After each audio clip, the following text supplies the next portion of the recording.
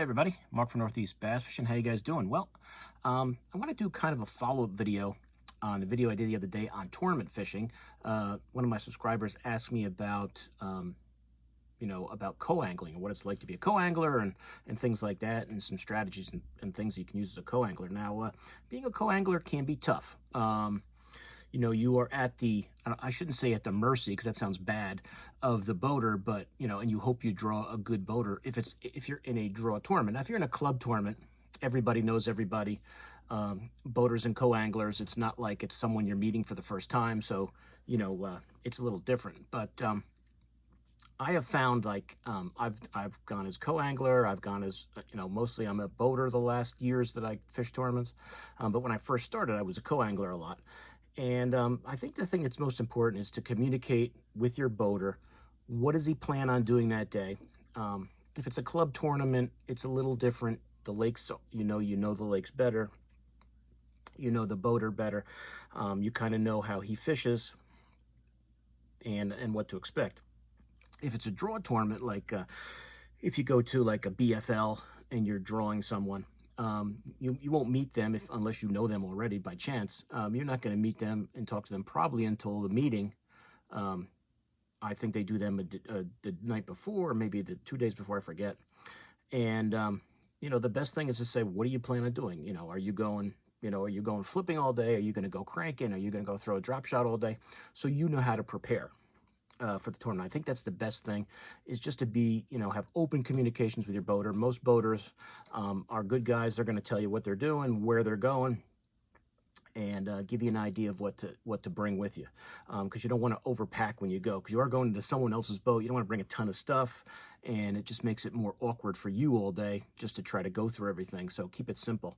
But really, that's the main thing, is just, communicating with the boater. What do they plan on doing?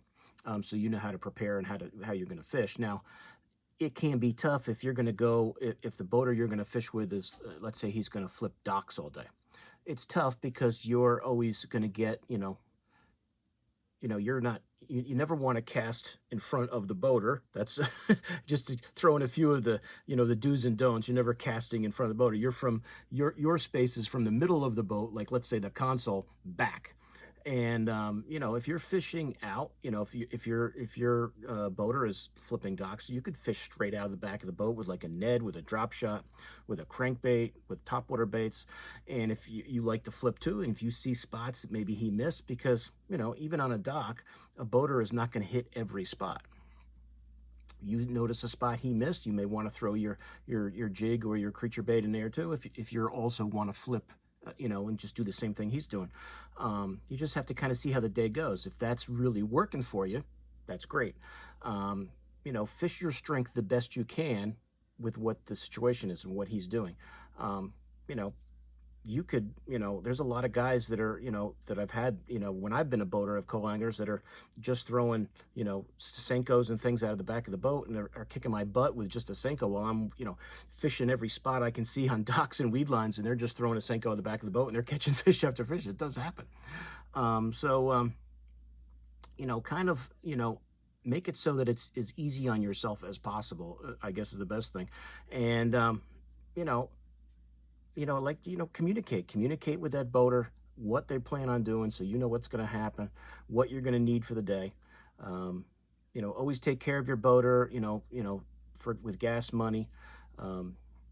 I think nowadays, usually kind of like the going rate is like, 40 or 50 bucks guys are giving guys, especially if it's a big lake tournament, you're going to drive around a lot. Guys are, spending hundreds of dollars on gas for their truck to get there, so you have someone to go fishing with, and for themselves. So, throw the guy, I've had guys give me $60, $50, $40. So, I've had guys who I've got back to the ramp and disappeared and didn't give me anything. So don't be one of those guys. Be a good co-angler as far as helping your boater out with some gas money, because it is expensive to run those big boats.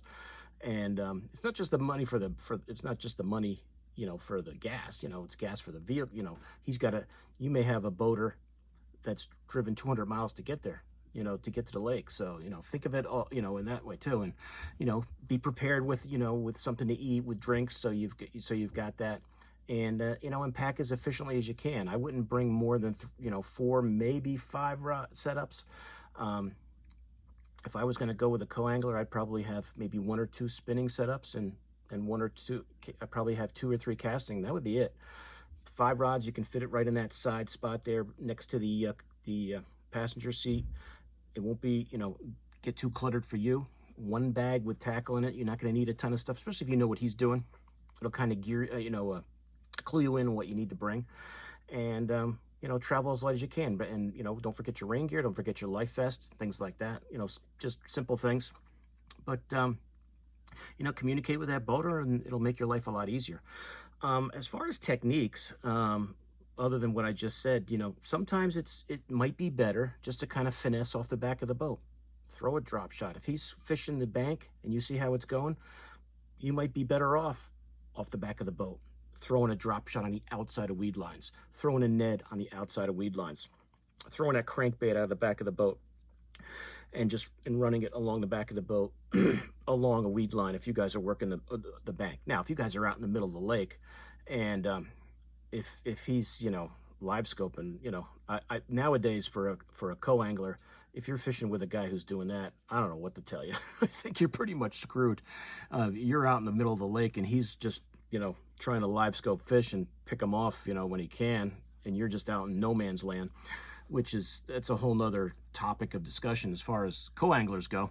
I don't know why anyone would want to do that. I wouldn't want to do that as a co-angler. That would be really boring and probably a pretty crummy experience, but that is what happens nowadays. So but I think if we look at it more like from a club, I kind of always was more of a club guy anyway, club fisherman.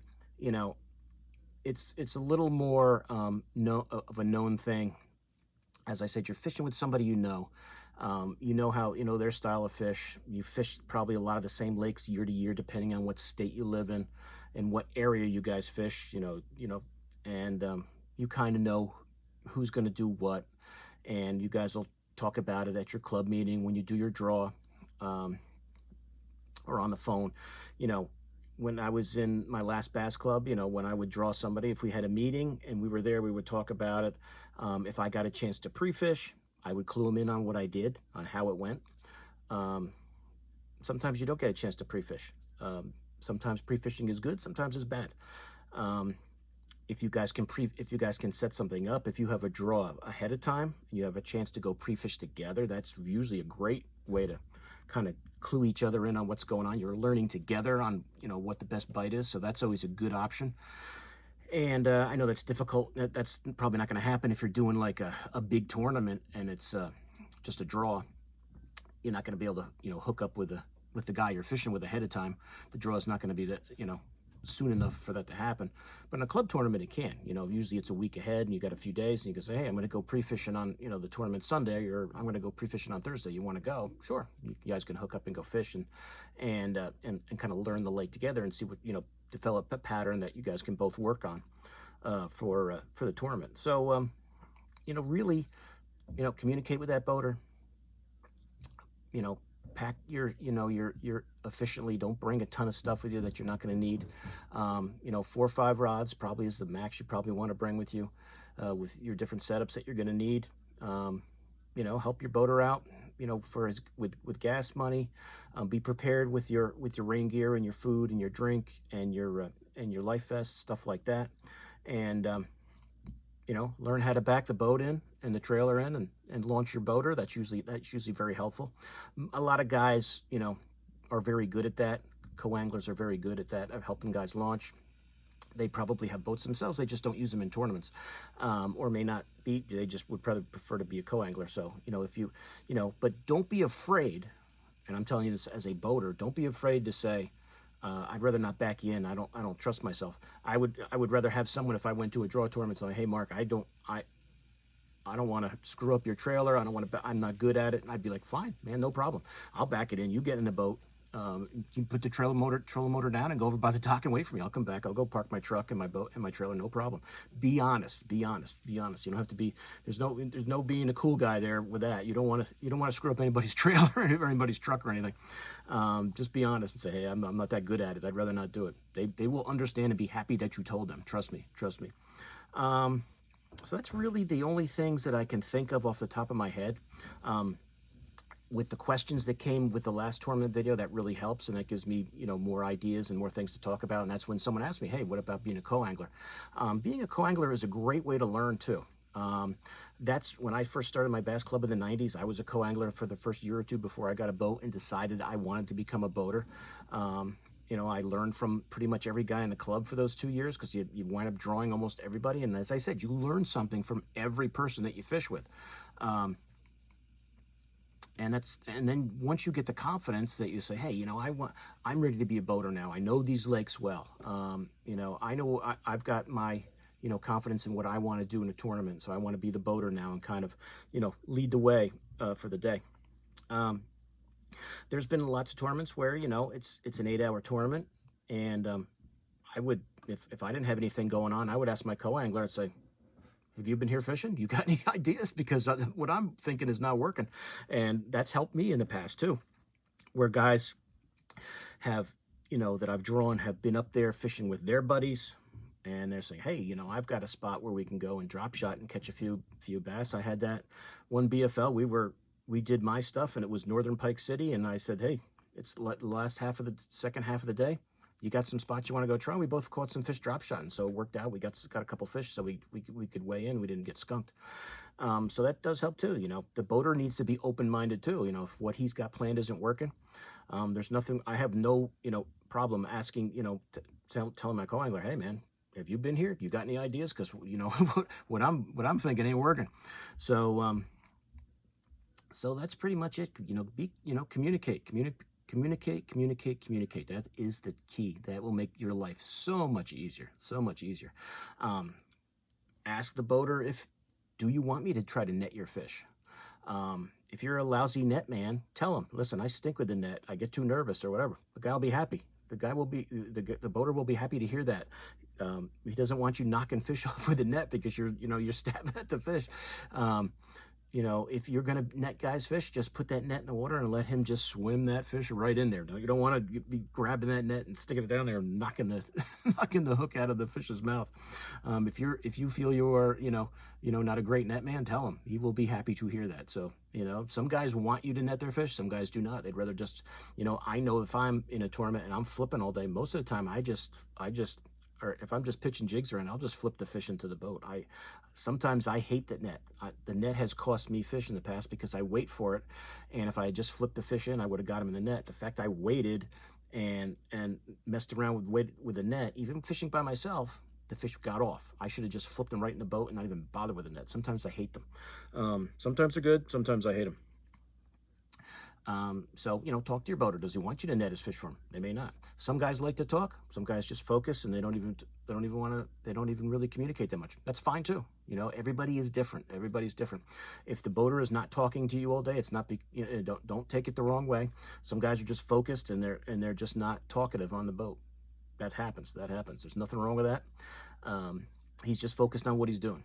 And then it all depends. A lot of it is on the levels that you're fishing. Are we just talking club events, when everybody's a buddy, you guys are just, BSing while you're fishing normally and that's it, because you all know each other well. If it's somebody you don't know and you're just getting to know them, really, if you're there to learn, you're like, hey, I want to go fish, whatever the highest level that takes co-anglers, I want to fish that so I can really learn these big lakes and I can learn from top pros. Really just be a sponge and focus on what they're doing. Obviously you want to fish and catch your fish and maybe win some money, maybe win a boat, if they still give those away.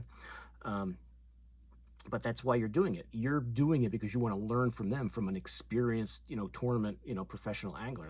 That's why you have, paid your money to be a co-angler. As far as it is from the club, point of view, you're usually buddies. You guys know, does the guy want me to net his fish for him? I kind of know where he's going to go fish. I know the areas he likes to fish.